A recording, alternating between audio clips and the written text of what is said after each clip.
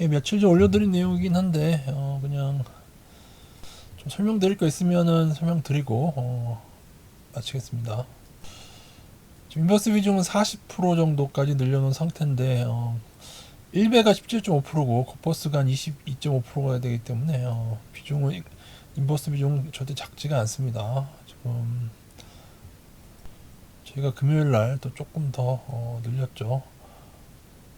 사실은 코스피가 21선을 깨지 않았다면은 조금 투자 비중 60%까지 줄이진 않았을 것 같은데 21선 이탈했기 때문에 이렇게 해드렸고 지금 나오는 게 트럼프 발언 때문이라고 하는데 대만이 특히 많이 떨어졌죠. 근데 이게 말이 안 되는 게 중국이 전쟁으로 위협할 때는 어떻게 됐습니까? 그죠? 전쟁에는 오르고 트럼프 발언에는 떨어지는가? 그런 개념보다는 파생의 원리가 여전히 작동하고 있다 그렇게 보시면 될 것 같습니다. 지금 보면은 서학개미들 대만 반도체 ETF 상방을 계속 최근 몇 달간 제가 사고 있다고 말씀드렸죠. 이제 그게 정점에 달하면 또 좀 조정을 받고 또 그러다 또 반등해서 그러다가 나중에 또 크게 떨어지는 패턴이 될 것 같습니다. 근데 뭔가 자꾸 트럼프 발언에 뭔가를 권한을 부여하고 있죠. 월가가 움직이는 거 월가인데 트럼프 때문인 것처럼 이렇게 만들고 있는데 둘 중에 하나일 것 같다는 생각.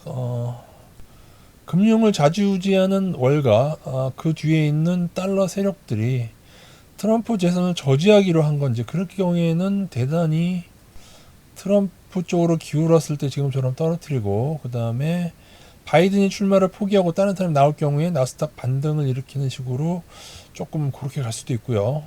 아니면 이미 이제 트럼프의 대세를 돌리기 어렵다고 판단을 했다면은 그냥 상관없이 자신의 길을 가지 않을까. 그래서 개인적으로 이 상승이 꺾이는 시기는 대선 전후가 될 가능성이 큰데 전후라고 하면 좀 길게 보면 3개월까지도 봐야 되죠. 그러면 이제 지금부터가 전이 되겠고 대선 후 3개월이면은 내년 한 2월이나 3월 정도까지 그래서 그 전으로 지금부터 이제 8월부터 내년 2, 3월까지가 대격변의 시대로 갈 수가 있다.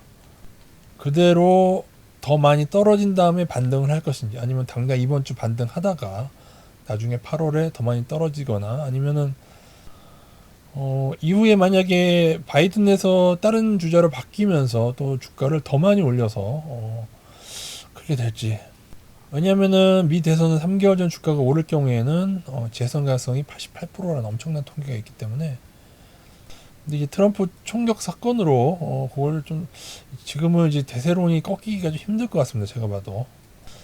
그래서 이제 저희가 이제 주력적으로 매수해 오던 종목들을 지금 많이 지금 분할로 이득을 실현하고 있고요. 반도체에서 하이닉스, 삼성전자, 하이닉스는 이제 10% 추가로 하면은 이제 50% 매도 의견을 드렸고 60% 매도 의견을 드린 거고 삼성전자는 지금 40%가량 중단기 하시는 분들이 이제 매도를 하신 이게 되게 이제 이득을 많이 실현하는 겁니다. 그동안 이걸 나중에 다시 재매수하게 될지는 모르겠습니다. 상황을 봐서 재매수하게 될 수도 있는데 요거는 적립식 투자들도 따라 하셔야 됩니다. 왜냐하면은 반도체는 지금 저평가라고 볼 수가 없기 때문에 따라 하시고 기아 현대차는 40% 정도 제가 선매도 의견을 드린 상태인데 중단기 매매 하시는 분만 그렇게 하시면 되고 장기 투자자들은 하락 당하셔도 상관없고요.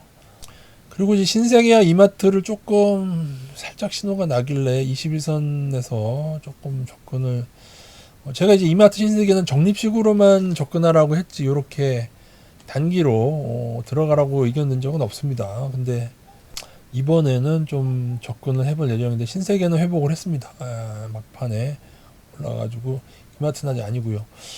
주식 선물도 신세계는 약간 상방 베팅 쪽이고 기관들이 요거는 이마트는 아직도 약간 미적지근한데 신세계 먼저 좀 접근하게 되지 않을까 싶습니다. 다만 그동안 해오던 걸 뭐 전량 매도하고 그러실 필요는 없고요.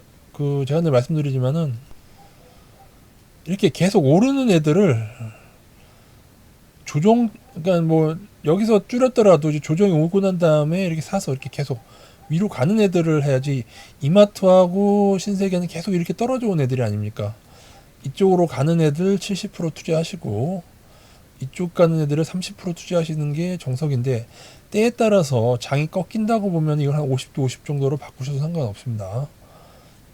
어쨌든 요 30%에 해당하는 것 중에 이제 그동안 많은 낙폭가들을 말씀드렸는데 이번에는 신세계나 이마트를 좀 맘먹고 접근하는데 이거는 손절을 칼같이 잡고 들어갈 겁니다. 손절을 칼같이 잡고 LX 세미콘도 들어갔는데 다시 지금 살짝 오르다가 다시 하락해서 60% 손절하게 되었습니다.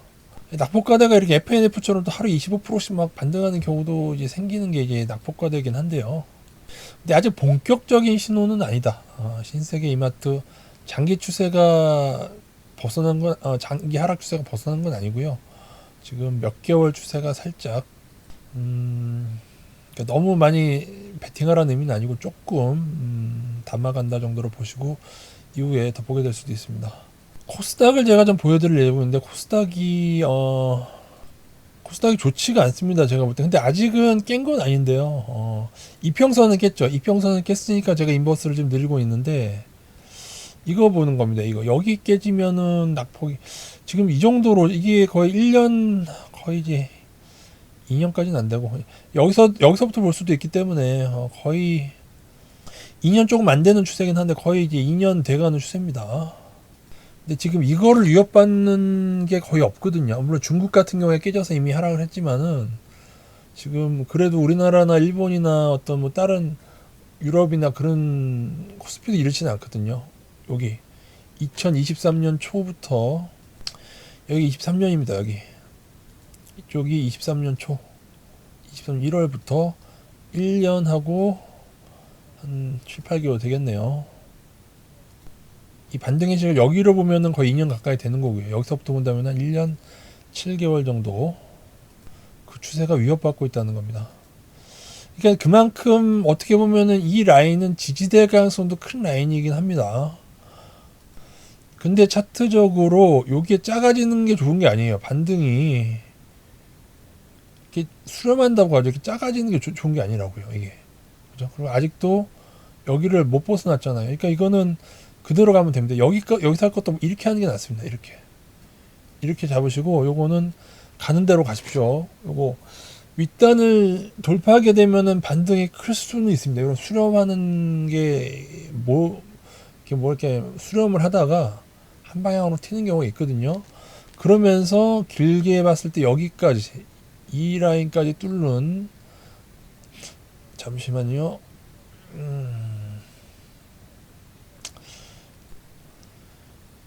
요 지점을 돌파해도 이 정도까지 반등할 수 있는데 만약에 여기까지 뚫게 된다면은 크게 갈 수가 있다 보시면 되는데 지금 2차 전지가 지금 자꾸 반등의 불씨를 살리고는 있습니다. 에코프로비엠도 보면은 반등의 불씨를 살리고는 있는데 이게 힘겹게 반등하는 척 하다가 좀 힘이 딸리는 건지 아니면은 하락카드 신호를 내면서 좀 떨고 올리기에는 조금 약하거든요. 제가 볼 때. 그래서 오히려 이게 나스닥 꺾이면 근데 이거 추풍 낙엽될 것 같은데 개미들이 많아가지고 코스닥이.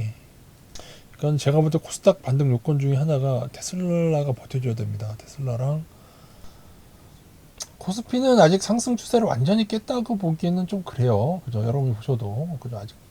아직은 상승 추세 위에 있긴 한데 그래도 일봉으로 봤을 때 여기 요 단기 추세 요 21선 요거를 깼기 때문에 그렇게 대응한 것 뿐입니다. 이것도 너무 과한 걸 수도 있긴 합니다. 근데 어쨌든 60% 있으니까 뭐 나중에 뭐 한 20% 더 따라 들어가면 되니까요. 이 정도가 적당할 것 같습니다. 외국인은 선물을 1조 원 매도했는데 아직도 누적이 상방이고요. 근데 요거는 급하게 왔다 갔다 하는 경우가 있습니다. 이게 다시 또 상방으로 1조 원 땡기는 경우도 있고 해서 큰 의미는 두지 마시고 요게 빠져나가는 움직이는 한 4,200억이 그동안 들어온 금액에 비해서는 약간 그렇게 크다고 볼 수는 없습니다. 다만 만약에 여기 나와 있죠. 그 외국인 보유 비중 여기 보이시면은 빠진 정도가 요것뿐이 안 되는 겁니다. 여기 거의 안 빠졌죠. 이 정도. 그래서 외국인은 그래서 코스피를 지금 비관하고 싶지는 않은데 이제 나스닥 여파를 어떻게 받느냐, 디커플링이 될 거냐 어떻게 될 거냐, 나스닥이 어떻게 돼 있느냐에 따라서 코스피가 더 가더라도 외국인이 안 빠지고 외국인이 안 빠지고 떨어질 수도 있어요. 여러분 떨어지면은 나스닥이 떨어져서 떨어진다. 그렇게 되면 외국인은 이쯤에서 안 빠지다가 더 사겠죠. 그죠? 더 사면은 어느 지점 조정해서 다시 오르겠죠. 그죠? 다만 제가 이렇게 좀 과하게 그때그때마다 나스닥이 어떤 하락 신호가 날 때마다 좀 빠르게 조절하는 이유는 그만큼 나스닥의 버블이 크다고 보는 것 뿐이고요. 어떤 분이 댓글 남겨주셨는데 그 말이 맞습니다. 이렇게 조절하지 않으면 방법은 없어요. 여러분이 이렇게 대응을 안 하실 거면 방법이 하나 있긴 합니다. 버핏처럼 오를 때마다 분할로 현금 비중을 계속 늘리시는 겁니다. 버핏은 몇 년 전부터 현금 비중이 계속 최대가 되고 있어요. 그 의미를 아시겠죠? 현금 비중을 계속 몇 년간 계속 늘려오고 있다는 겁니다, 여러분. 그런 식으로 하시던지. 지금 큰 금액을 들고 들어오시는 거는 그렇게 좋은 선택은 아닌 것 같다, 개인적으로. 그동안 투자하셨던 분들이 좀 조절하는 식으로 하시던지. 물론 이제 반등 신호가 나면은 다시 코스피를 외국인이 들어오면은 들어가긴 할 겁니다만, 물론 이제 외국인이 이렇게 들어오는데 과연 이번 가을에 뭐 대선 전후에 폭락이 있을 건가, 아니면은 지금부터라도 외국인 매도가 시작되고 어떻게 되면서 몇 개월이라도 매도가 좀 쌓인 다음에 내년 2, 3월쯤에 그때가 돼서야 꺾일 건가, 그거는 아무도 모릅니다. 마지막으로 나스닥 버블 안 보고 가면 섭섭하죠. 어마어마합니다. 여기 이제 어떻게 보면 2009년도 때의 저점이 거의 2008년 저점이 거의 2009년으로 봐도 되죠. 2009년 초로 봤을 때 1200짜리가 지금 18,000, 10배가 넘는 상승이죠. 거의 이제 19,000에 가깝게 지금 이제 떨어져서 한 17,700 정도 됐지만 거의 한 14년 정도 기간 동안 14년 15년 기간 동안에 대략 15배 정도 온 것 같죠. 그죠? 그죠. 대공황 때가 몇 배였냐면 대공황 때가 그냥 정확진 않은데 제 기억상으로 8년간 10배가 올랐습니다. 다우지수가 8년간 10배를 오르고 다우지수가 마이너스 89%, 대공황 때 마이너스 89%, 거의 몇 년간에 걸쳐서 급락을 했죠. 요거는 이제 14년 동안 15배가량의 버블을 상승하고 있고요. 물론 그때하고 PER, PBR은 PBR은 거의 비슷한, 좀 더 가는 것 같기도 하고요. 근데 PER은 대공황 때보다는 양호합니다만, 문제는 제가 말씀드렸잖아요. 애플을 경고하면서도 제가 뭐라고 말씀드렸었냐면은, 만약에 주가의 상승이 실적의 증가와 비례한다면은 제가 애플도 그렇게 경고하지 않았을 것이다. 자사주의 무리한 매입이나 소각 같은 어떤 꼼수라든가 종업원을 자르면서 단기간에 실적을 좋게 만드는, 그러니까 지금의 PER을 믿으면 안 되는 수준입니다. 나스닥은 빅테크가 종업원 몇 년 전에 일괄적으로 자른 거 아시잖아요, 여러분. 게다가 문제는 있습니다. 테슬라 같은 경우에는 보조금 같은 거를 다 합한 실적이었고, 그리고 지금 이 상승을 주도하고 있는 엔비디아의 실적이 지금 블랙록과 더불어서 석연치 않은 부분이 되게 많습니다. 그래서 어차피 버블의 고점에서는 실적도 풀리고 다 분식이 일어나게 되어 있습니다. 그래서 나온 게 이제 10년 PER인데, 10년 PER. 그래서 10년 PER이라는 게 나오는데, 제가 알기로 그걸로 따지게 되면은 지금 역대 두 번째 버블로 알고 있습니다. 닷컴 버블에 이은 역대 두 번째. 버핏 지수, GDP 대비 버핏 지수는 이미 닷컴 버블을 넘었기 때문에 지금의 버블은 역대급 버블 중에 하나가 되는데, 이 패턴이 조금 길어지고 있다. 저는 사실,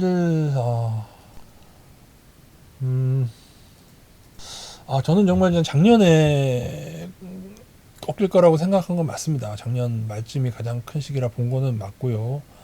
하지만 외국인 동향이 지금 나쁘지 않았어가지고 어떻게 보면 신호를 제가 믿기 때문에 추가. 그리고 문제는 이제 작년 말에 어떤 일이 있었냐면은 반도체 하방을 서학개미도 그렇고 아무 이게 마이클 버리 때문이었던 것 같아요. 그것도 이제 어떻게 보면 잘못된 뉴스였는데 그 잘못된 뉴스로 인해서 개인들이 그 하방을 버리진 않았어요. 반도체 하방을 버리진 않았었다고요. 그 점도 제가 감안해서 포트폴리오를 짜드린 겁니다.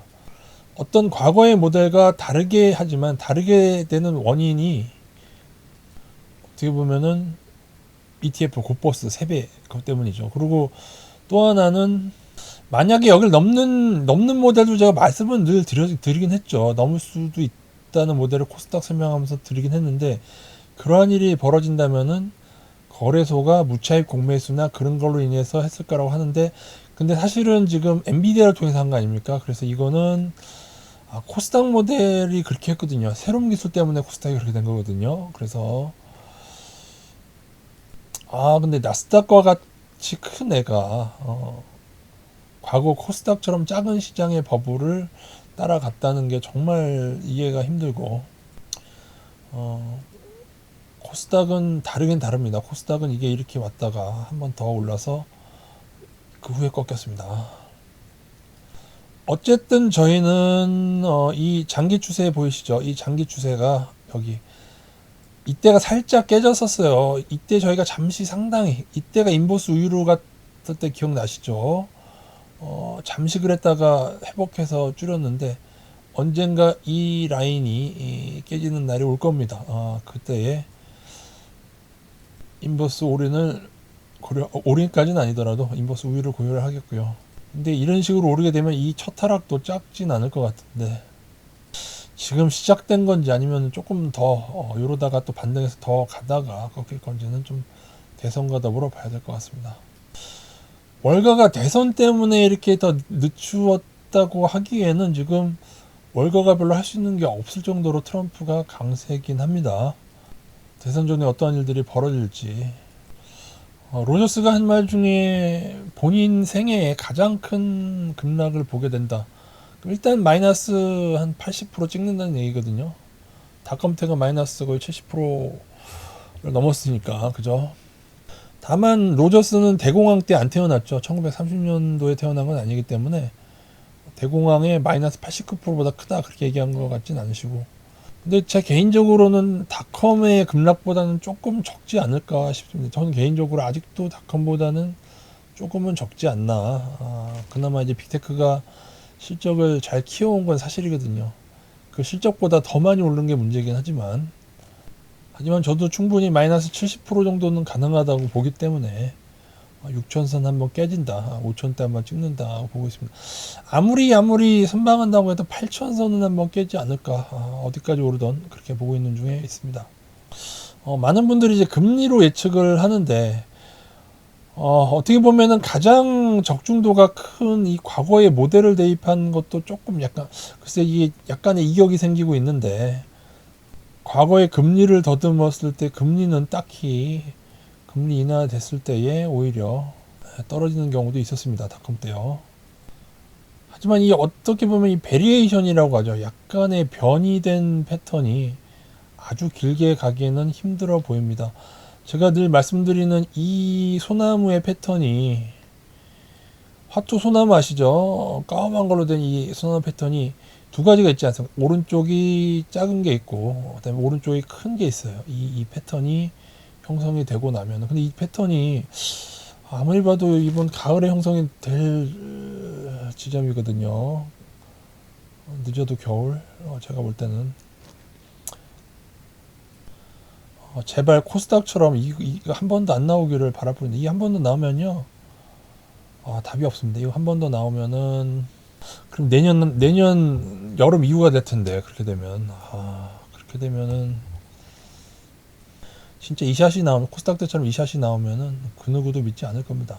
나스닥 영원히 상승한다고 믿겠죠. 하지만 스킬이 화려해졌을 뿐, 거래소가 점점 더 썩어졌을 뿐.